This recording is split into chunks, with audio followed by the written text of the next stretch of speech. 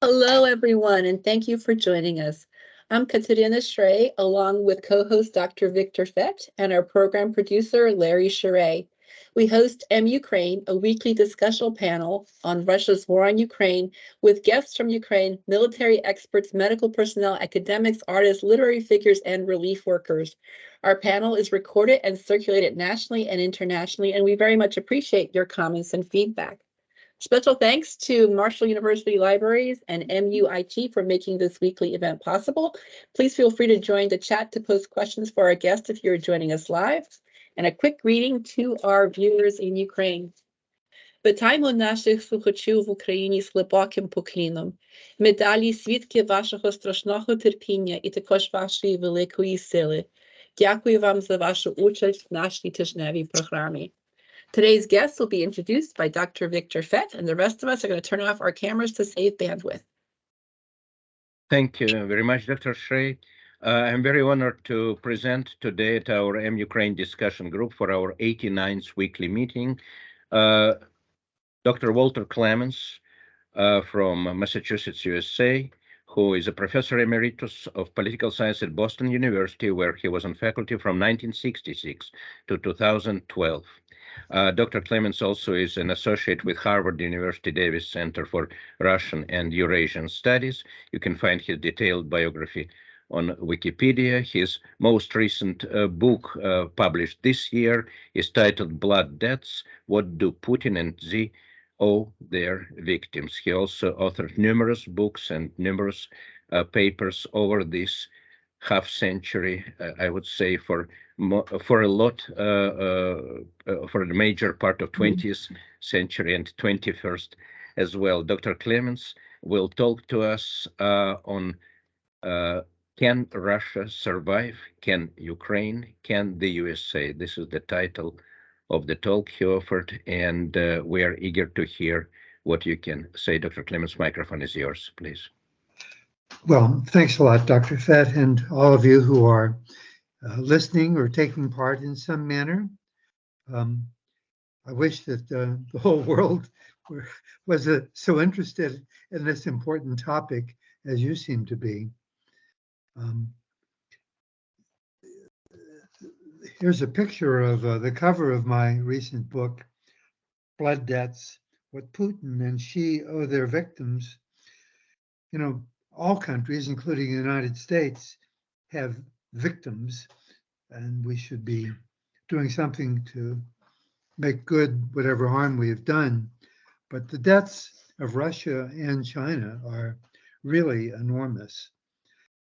My talk today starts with an analysis that derives from work by Alex Motil, whom you have heard a couple times here before.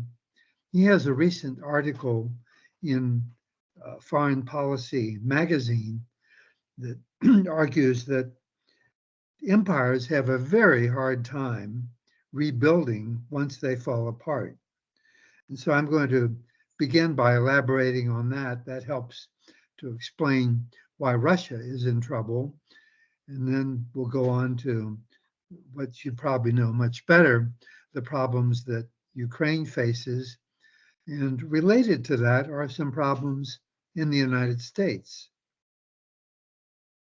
The Russian problems, I think, can be summed up as overreach. The Russian Empire has tried to go too far several times and been unable to sustain its overreach. As you know, when the Bolsheviks took power, they very recently, in 1917, they very quickly tried to rebuild the Tsarist Russian Empire. And they succeeded in Ukraine, Belarus, Kazakhstan, other parts of Central Asia, and the Caucasus. And they worked them all in 1922 into the Soviet Union. the Soviet Union didn't expand very much until World War II, and then it, in fact, went further than even Tsarist empire. It got all the way to Berlin and stayed there until the late 1980s.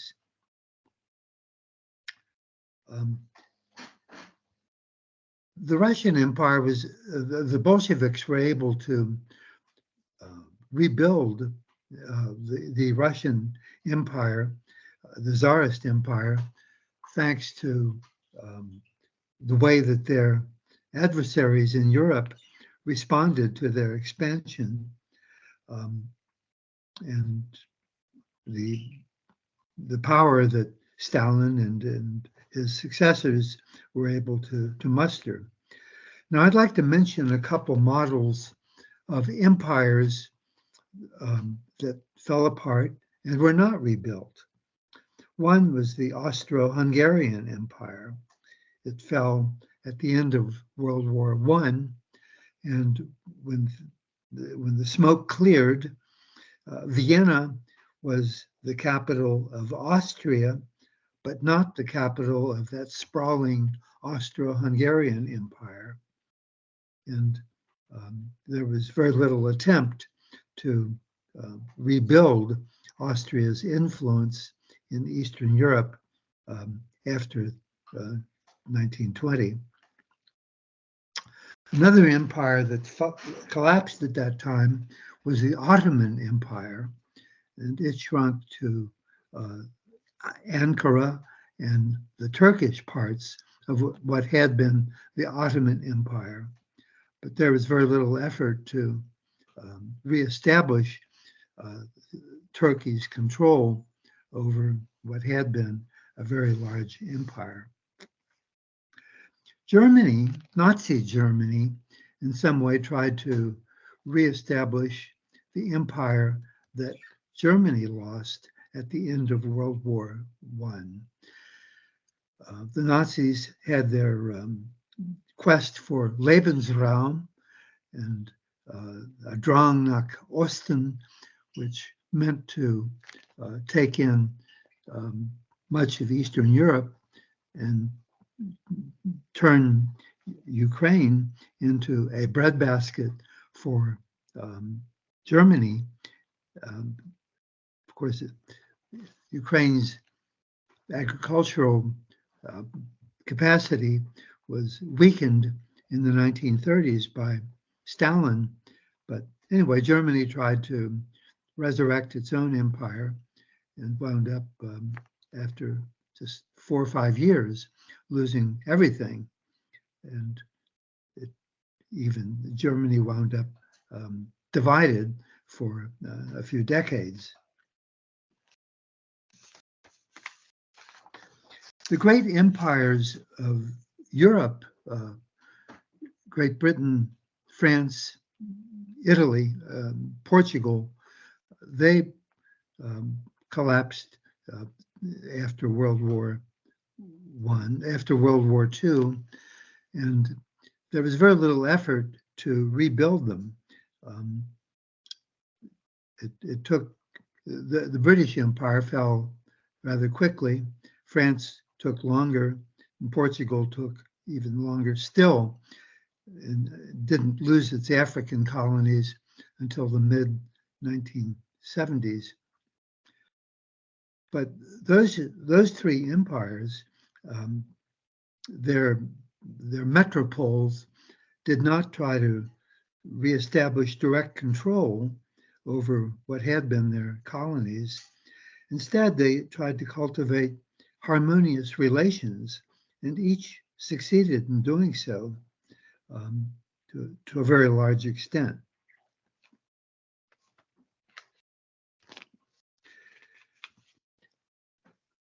After the Soviet Union fell, some strategists in Moscow immediately began to talk about how to reestablish what had been the Soviet Empire.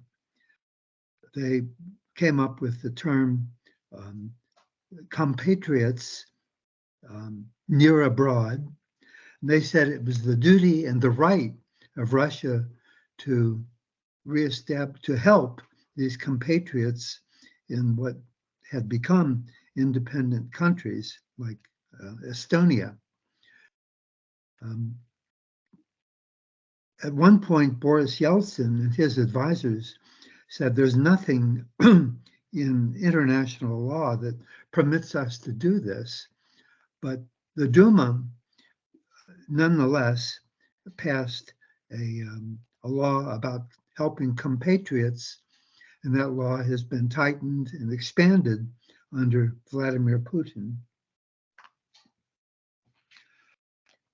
The fact is that Russia was talking about its near abroad in the early 1990s, before NATO started to expand into what had been the Soviet Empire.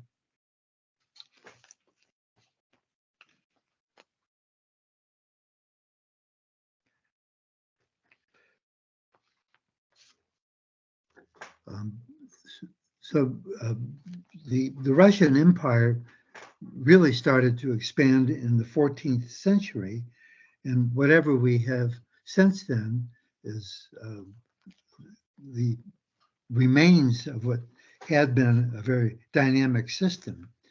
Putin has tried to restore some of that dynamism, but has not done very well. Alexander Motyl, as I said, believes that the Russian Empire is almost bound to collapse pretty soon, along with the Soviet system that Putin tried to rebuild.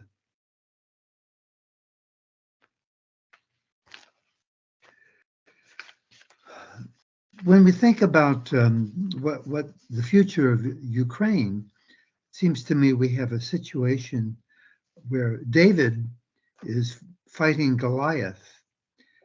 Obviously, the Russian assets are much larger and in some ways better developed than those of Ukraine. And Ukraine has been resisting Russian advances by willpower and some aid from the West.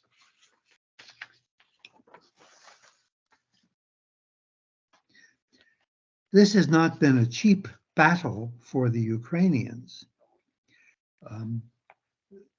Estimates are that they lost 22,000 lives fighting Russian forces in the Donbass from 2014 to 2022. Resisting Putin's efforts to take Kiev, and the rest of Ukraine has probably cost around 100,000 Ukrainian lives in the past 2 years.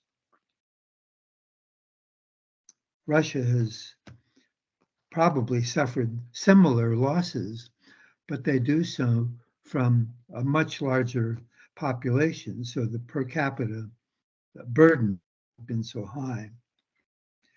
Some reports say that the average Russian fighter is now 43 years old, whereas a couple years ago, the average Ukrainian fighter was in his 30s, early 30s. So the damage to human lives, dead, wounded, and displaced, has been enormous. And my book estimates it at the value at something like $2 trillion. I hope you can see these numbers. These are in my chapter 7. The way I arrive at these numbers is I estimate the value of each Ukrainian death at $1 million. If there were 122,000 Ukrainians killed by Russian forces, that presents a bill of $122 billion.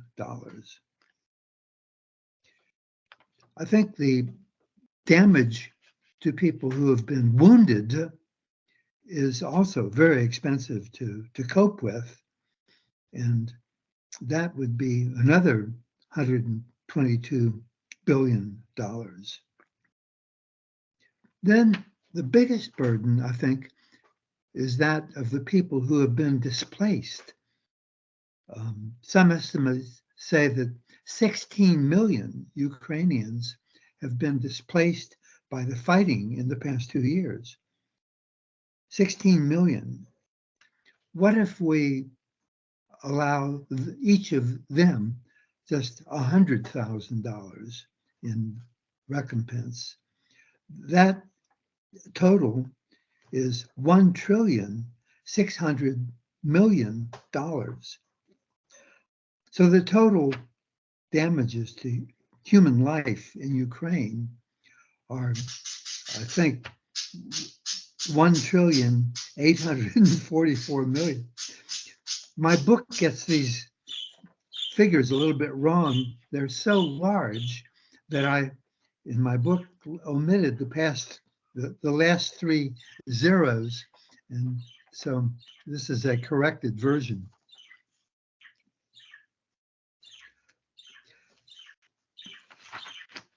Besides the damage to human lives, of course, there's a lot of damage to infrastructure and buildings of all kinds.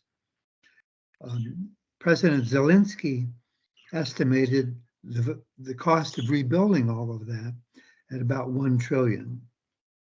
So add that $1 trillion to the $2 trillion for damage to lives, you've got $3 trillion. I think we have to add another $1 trillion to account for the damage to nature, to the environment, to the soil, the water, the air, all of the wildlife, from ants to livestock. I know Professor Fett has a colleague in Ukraine who has studied some of this. I don't have his numbers. I don't know what they are, but I think the total is surely something like $1 trillion. Just imagine the damage done by the collapse of one big dam. And we don't yet have the collapse of these nuclear reactors, but that might happen as well.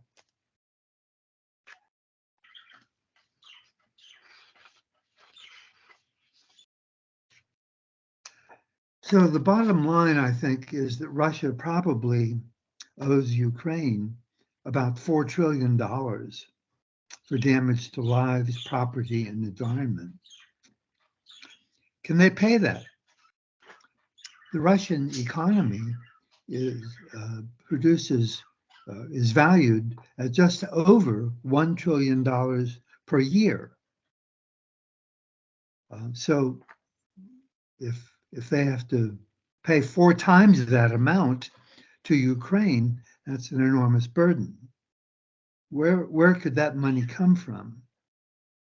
There's less than $500 billion worth of Russian assets in some manner is sitting in the West. And the West is reluctant to tap that asset, but sooner or later, probably it will. No matter whether there's war or peace, Russia still has gas and oil to sell to the shameless people and governments that will buy it. And so they can continue to make quite a bit of money from that. And they could do so even if they lost the war in Ukraine. But unless David defeats Goliath, Russia may not pay anything to Ukraine. In the back of my mind is the situation of Germany and Japan and Italy after World War II. They were flattened, and the government was no longer really independent. It was controlled by Western occupiers. They were forced to pay. And the people were eventually persuaded that they should pay some reparations.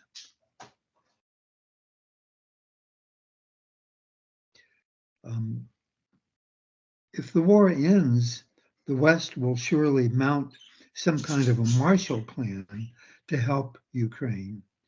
But I doubt that the sums would ever be large enough to foster the kind of economic miracle that took place in Europe after World War II.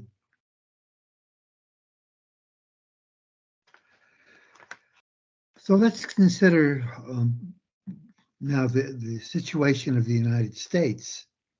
What if the US loses focus, interest, patience in supporting Kyiv against Russia's onslaught? We see that vital congressional votes could fail. Russia will probably continue to bombard Ukraine.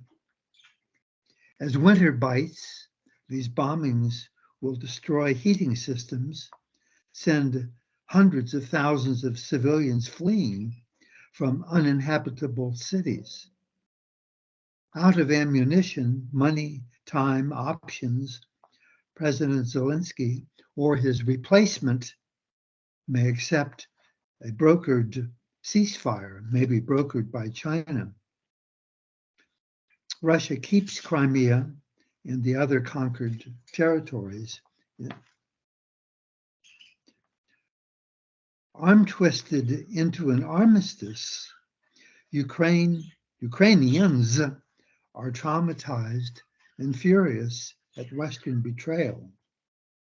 Ukrainians are politically divided, economically stricken.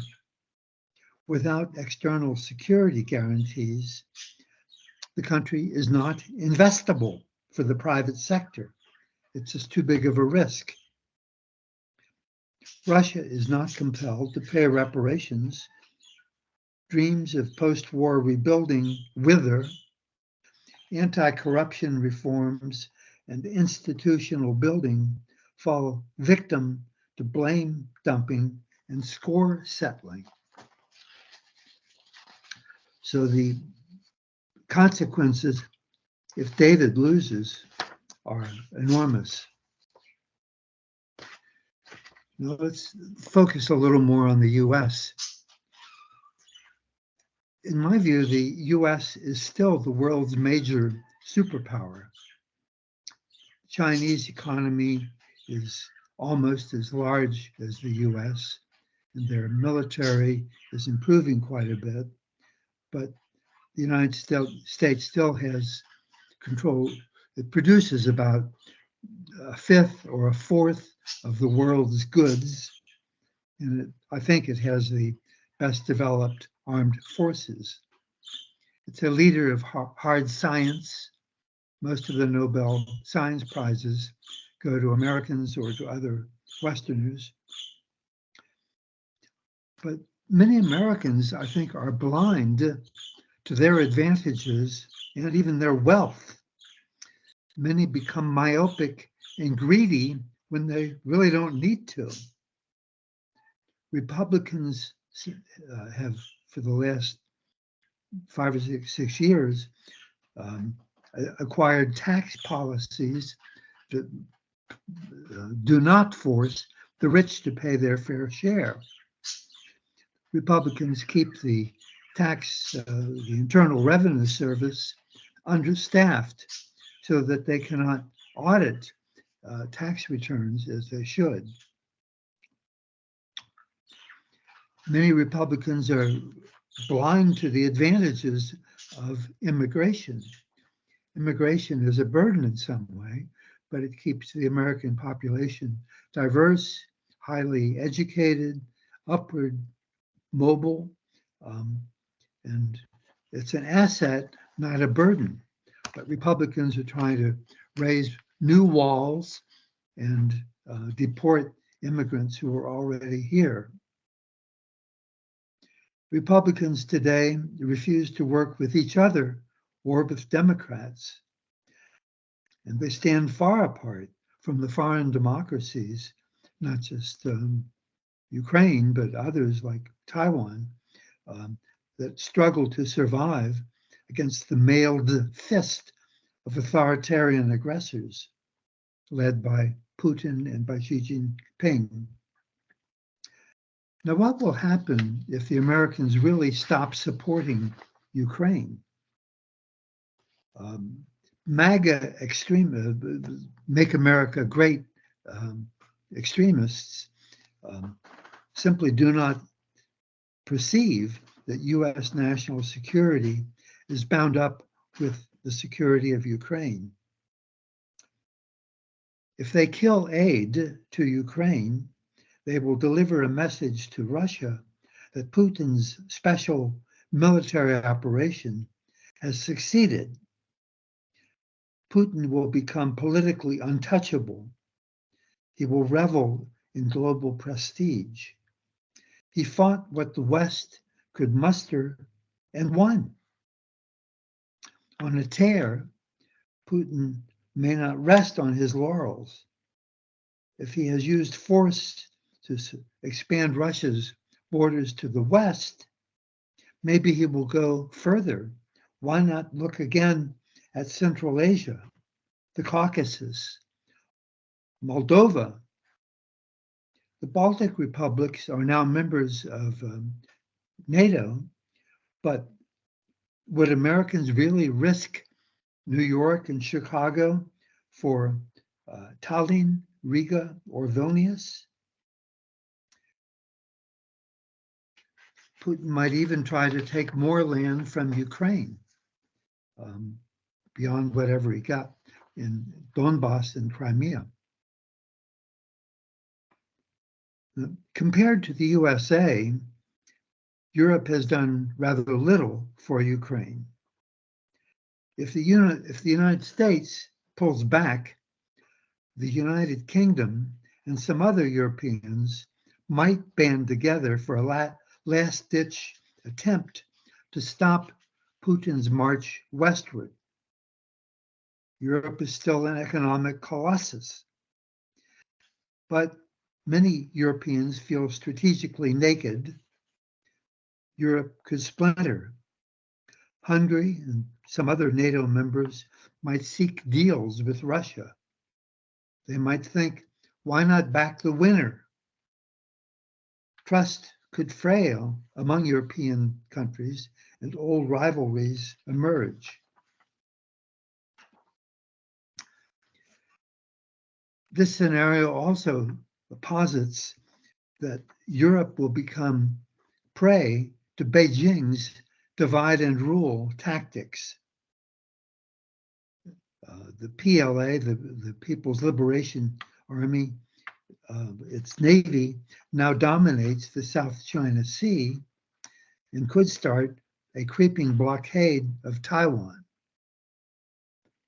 Lacking American support, Taiwan would probably crumble without a serious fight. Long-standing U.S. allies such as Japan and South Korea could reckon that the American century is over. They would scramble to find alternatives, including building up their own nuclear options. Before that happens, Xi Jinping could retire, believing that his mission of making his country the most powerful has nearly been accomplished. This scenario suggests that the US could go, within a matter of years, from being the leader of a globe-spanning web of alliances with a dominant role in international rule-based organizations to being vulnerable even in its own hemisphere. The US has sought to concentrate resources on its existential struggle with China, but could wind up losing its allies, its clout, and the credibility that permitted it to serve as the indispensable nation for world order. None of these outcomes for Russia, for Ukraine, for the US, for the world, none of these outcomes is inevitable, but each becomes more likely if Republicans torpedo Biden's effort to sustain Ukraine and other democracies against powerful aggressors. Well, those are my thoughts on this rather serious matter, and I hope they've been provocative enough to get you to ask some questions or make your own points of view heard. So please go ahead. Thank you very much, Dr. Clemens. I'm sure our guests have questions. I already see some. Dr. Deutsch, please. Dr. Deutsch is our former graduate dean of Marshall University.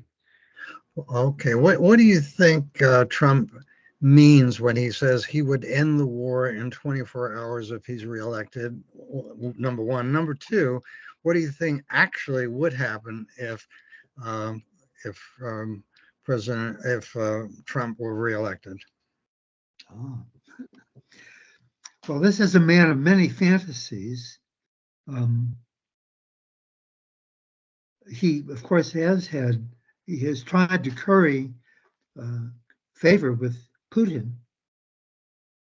I guess he could assert the US will stop support of Ukraine. There must be a lot of weapons still being sent across the ocean to Ukraine, but they could stop.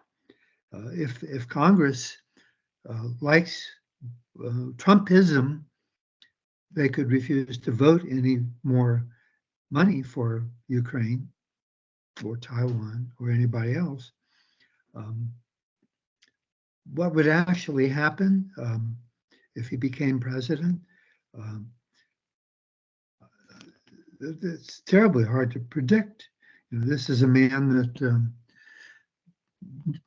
really weakened the most successful alliance in world history, NATO, and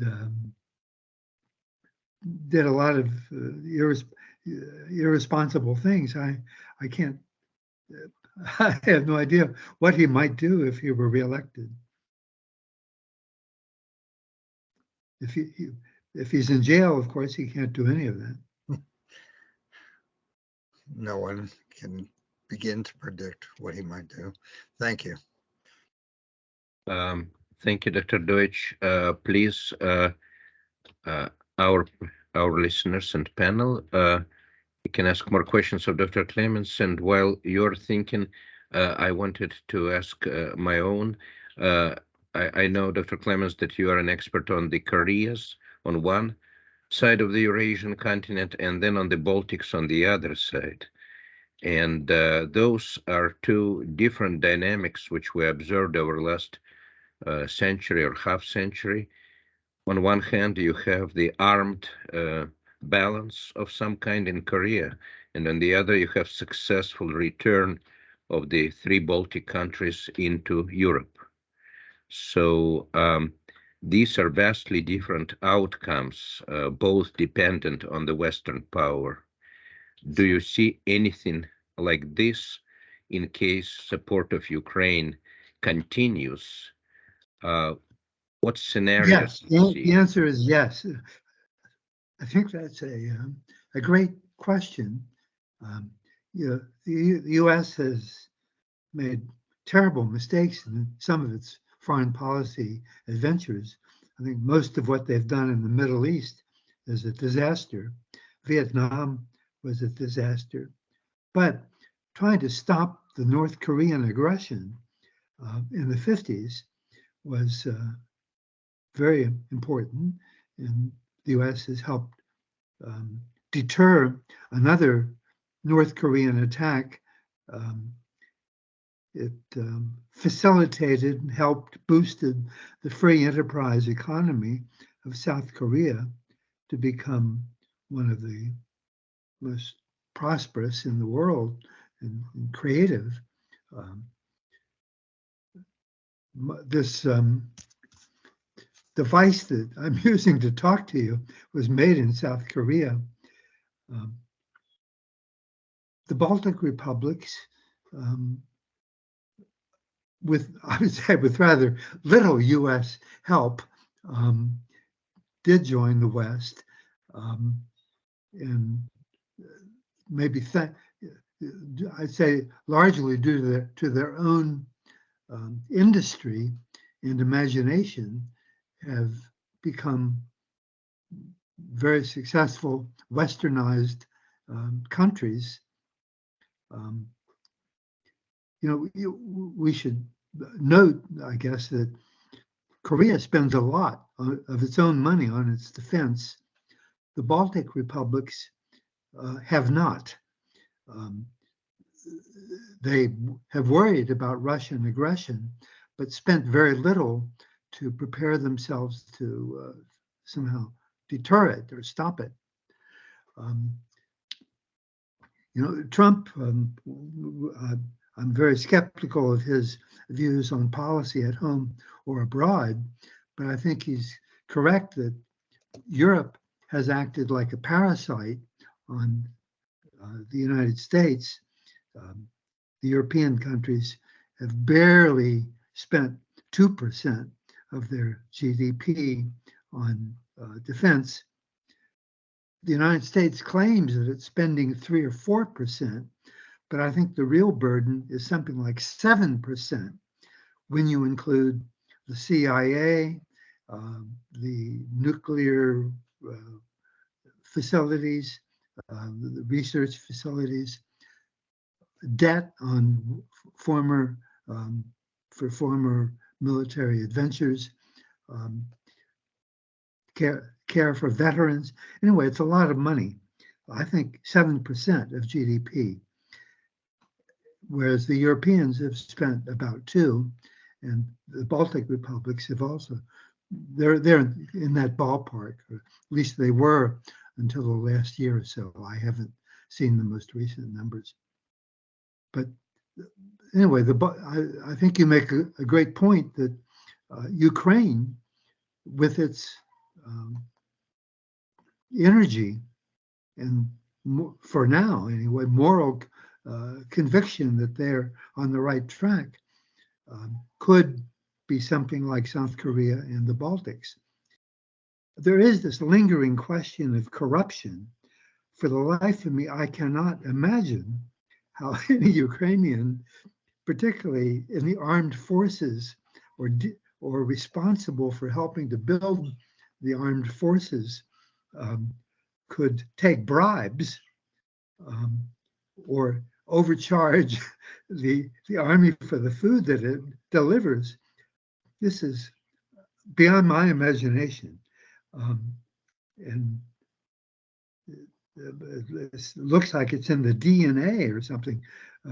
Maybe it's the result of many decades of Soviet-type rule, but they've already been without Soviet-type rule for some time, but the corruption continues. Maybe some of you in Ukraine could either illuminate me on this or contradict me.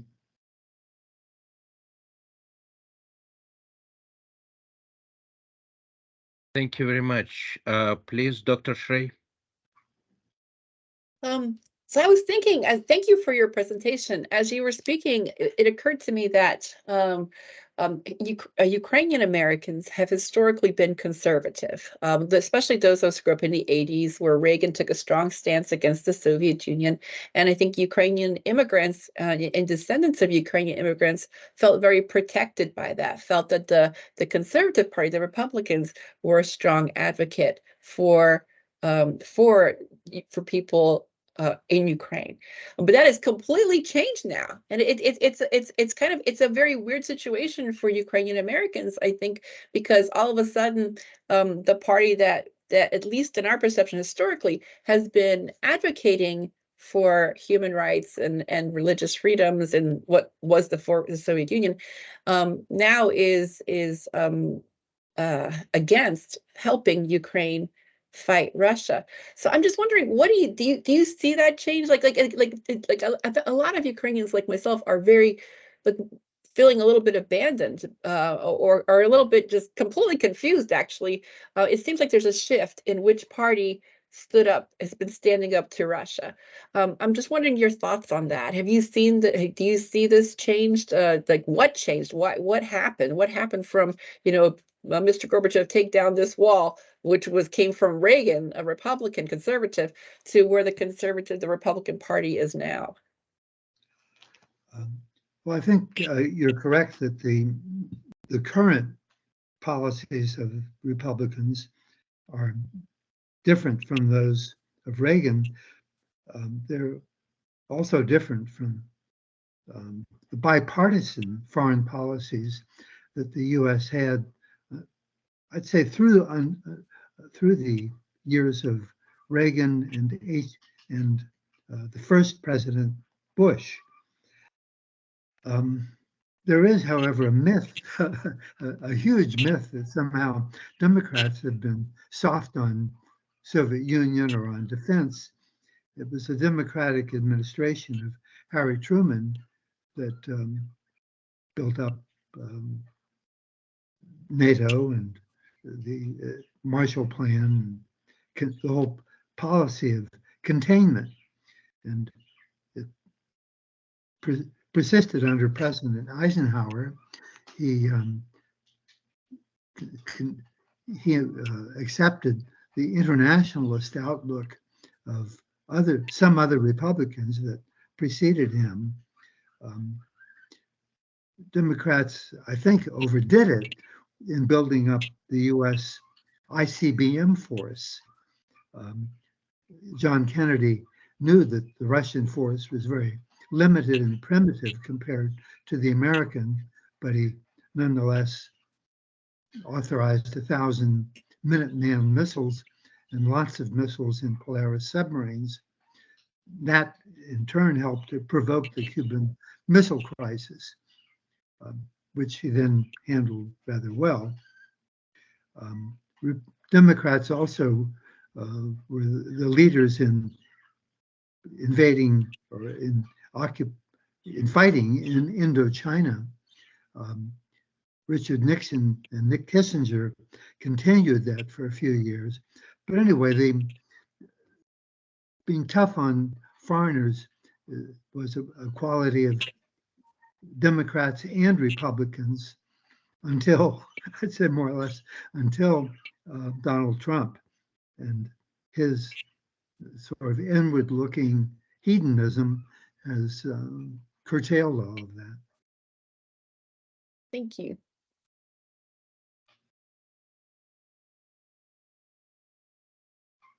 Thank you very much, Dr. Clemens. Any more questions from our viewers, please? I have read your book, last book, Dr. Clemens. I'm still reading it right here, and it includes plenty of personal material. And I learned that you have been, as a student on exchange in Soviet Union back in the 50s. Would you care to share a couple of memories with us? Because it's time which not only Americans, but many of Russians probably will think too fantastic for today. 1950, the late 50s, this is time of Khrushchev. Yeah. Well, in 1958, the Soviet and the US government were at odds on all kinds of things, but they agreed to a cultural exchange in many, many domains, from wrestlers and acrobats and dancers and musicians to graduate students like me. They approved an exchange of journalists for youth newspapers. And I was the translator for the Russians that came to the U.S. in that exchange. That was in the summer of 1958.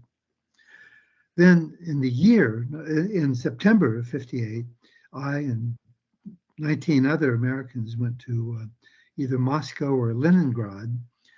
At that point, the Soviets had the idea that there are only two great universities in the US, Harvard and Columbia, and that they had two universities. And this was going to be the lineup.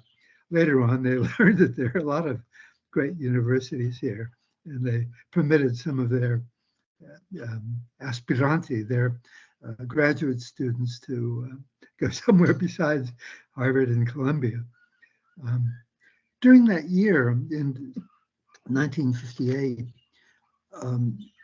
I had numerous contacts with Baltic students in Moscow, but I don't remember meeting any Ukrainians. I guess maybe it's an accident. I was in the history faculty at Moscow University, and maybe Ukrainians thought there was no point in studying the Soviet view of history, and so maybe there were very few in that department. My first visits to Ukraine the first one was in 1960. I led a student group back into the Soviet Union, and we went to Ukraine, to Crimea, and I had an interesting experience in Kyiv. This is 1960. Unexpectedly, an audience, a large group of people clustered on one of the main streets of Kyiv. They heard that Nikita Khrushchev was going to ride down the street on his way from the airport or to the airport. So there was quite I would say, maybe 1,000 or 2,000 people standing along the street. And as Khrushchev drove by, his face was quite visible. The people whom I could see showed nothing on their faces. They certainly didn't applaud or smile, and nor did they express a grimace or some kind of a negative outlook. A couple of years later, I happened to see Anwar Sadat drive down a street in Alexandria, Egypt. The waiters dropped their trays. People dropped everything they had, running to the street to try to applaud him. But anyway, in 1960, the Ukrainians that I could see didn't express anything. I guess that was safer politically. They certainly couldn't criticize the boss, and they had no reason to praise him either. His great-granddaughter, Khrushchev's great-granddaughter, is now a professor in New York at the City College, and she's written about her own visits back to Ukraine, where she spent many summers as a young woman. Her writings are quite interesting. Yes, thank you. Thank you. Many are familiar with writings of Dr. Nina Khrushcheva, who indeed resides for many years in the US, just like it was his late son, Sergei, the space engineer. Dr. Shrey. Yeah, we have a hand raised by Leslie Titus, who's one of our regular viewers and has been with us since the program began. Leslie, the microphone is yours. Please go ahead and ask your question. All right. I know you talked earlier about if the U.S. pulls back on its aid and Ukraine loses, that there might be a swift collapse of Taiwan under a Chinese blockade. if the United States keeps supporting Ukraine and Ukraine wins, part one of the question, do you think China would try to blockade or invade Taiwan? And part two, how do you think Taiwan would fare if it did and still got some United States aid? Well, I think the Ukrainian model right now is very good for Taiwan, and it shows how David can resist Goliath.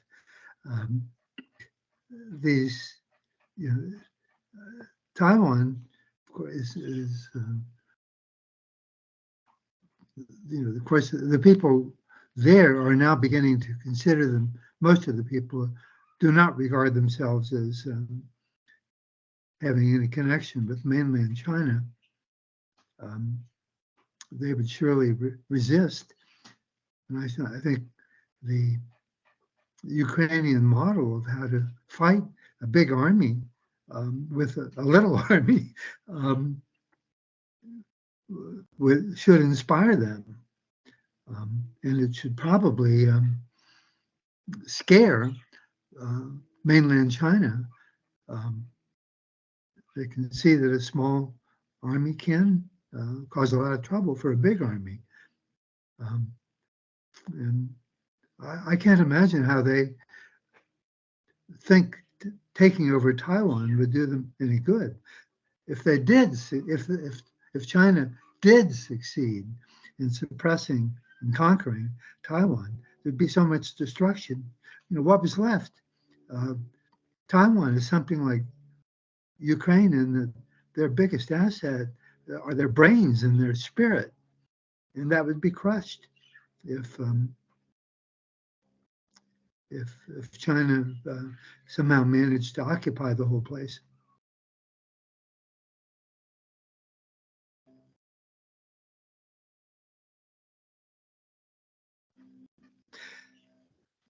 Thank What you. do you all think of the numbers that I suggested for what Russia owes Ukraine?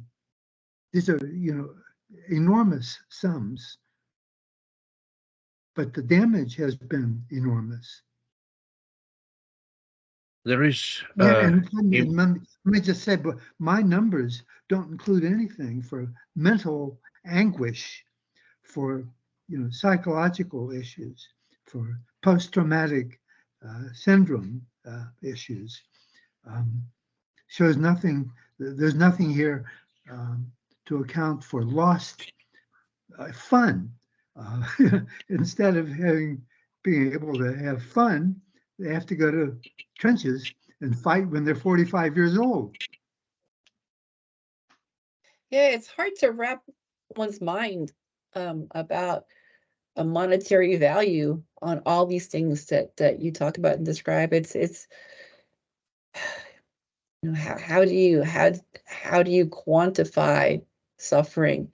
It's hard. So it was interesting. It was interesting to hear your numbers applied to it. And at first, I was the impact on the economy. I could see measuring that, but now when you bring up these other things as well, you're right. I mean, how do you put a monetary sum on mental health recovery? How do you do that? I don't know. It's been so hard. This whole horrible war has been so hard.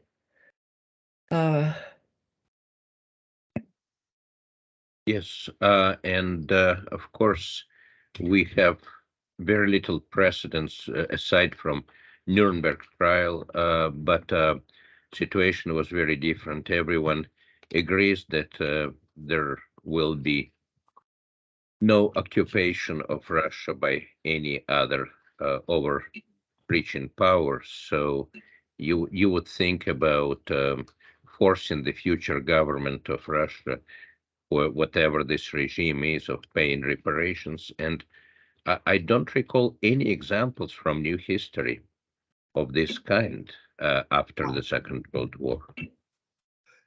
Here's one. Iraq invaded Kuwait in, I think, 1990, and was later forced it was condemned by a United Nations agency, and they forced this UN agency forced Iraq to pay for damages done to Kuwait. It was a huge sum, and it took them. They didn't pay it off until about the time that Putin really invaded Ukraine. That's 10 or 15 years. It took Iraq, even with its oil revenues, to pay off its debts to Kuwait.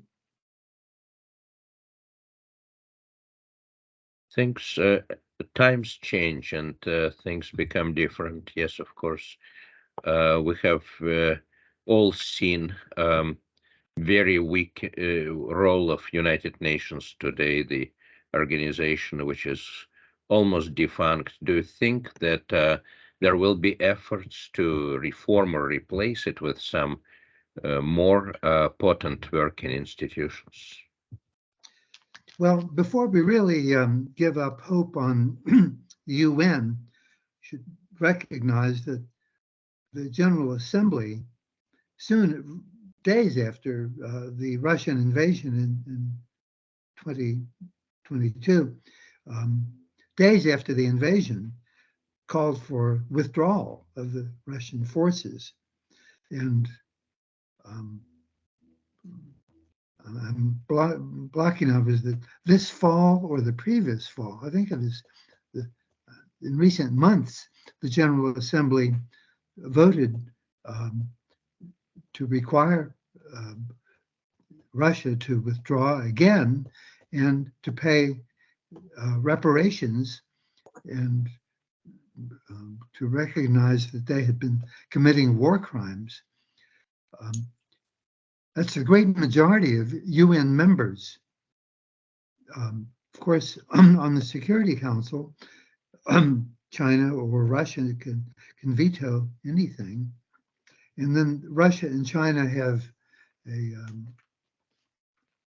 I call it a global, they lead a global alliance of failed states, like in India and some South Africa and a few other African countries.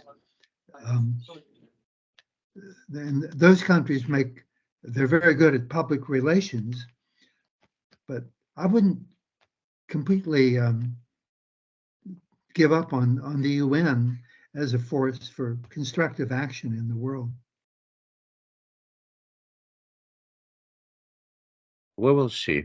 Of course, Iran being presiding over Human Rights Committee of United Nations seems like a bad joke. Oh my goodness, yes.